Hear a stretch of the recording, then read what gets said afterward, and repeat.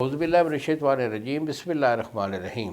कुश्ता साद हकीम बाबा सैफुल्लाह की तरफ से मेरे तमाम दोस्तों को अस्सलाम वालेकुम व रहमतुल्लाहि व बरकातुहू। जी तो दोस्तों, आज मैं आपके सामने अपनी एक दवा खाने का ख़ास हमारा एक नुस्खा होता है जिसे हम ख़ास तौर पर सर्दियों में ज़्यादा इस्तेमाल करवाते हैं। यह माजून बैज़ा मुर्ग है। बैज़ा मुर्ग बोलते हैं मुर्गी के अंडे को। देसी मुर्गी के अंडे आपने लेने हैं 50 अदद। 50 देसी मुर्गी के अंडे लेकर उनको बॉयल कर लेना है। बॉयल करने के बाद उनका छिलका उतार दें, उनकी सफ़ेदी अलग कर दें। सिर्फ़ जो अखरोट की तरह जो जर्दी होती है ना, येलो कलर की, वो आपने निकाल लेनी है। 50 जर्दी को आपने क्या करना है कि खरल में डालकर उसे खरल करना है।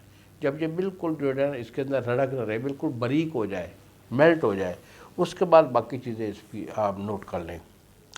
तो बेटा इसमें आपने डालना है ज़ाफ़रान खालिस। ज़ाफ़रान खालिस आपका 2 तोला स्पेन या आपने कश्मीरी ज़ाफ़रान इसमें डालना है। ज़ाफ़रान को पहले एक दिन धूप पे रखें।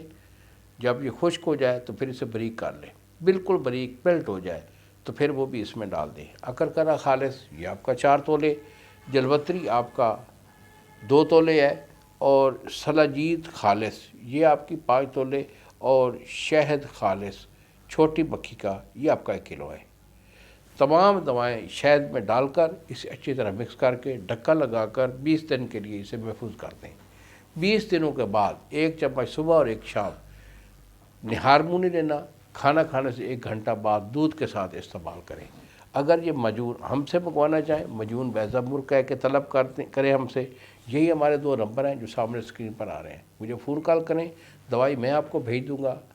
तो इसे जो है ना इस्तेमाल में लें। इंशाअल्लाह ये सर्दियों के लिए आपका बेहतरीन तोहफ़ा इंशाअल्लाह। इन्हीं अल्फाज के साथ इजाज़त दीजिए बाबा जी को। इन्हीं अल्फाज के साथ अगली वीडियो में दोबारा मुलाकात होगी। अल्लाह हाफ़िज़।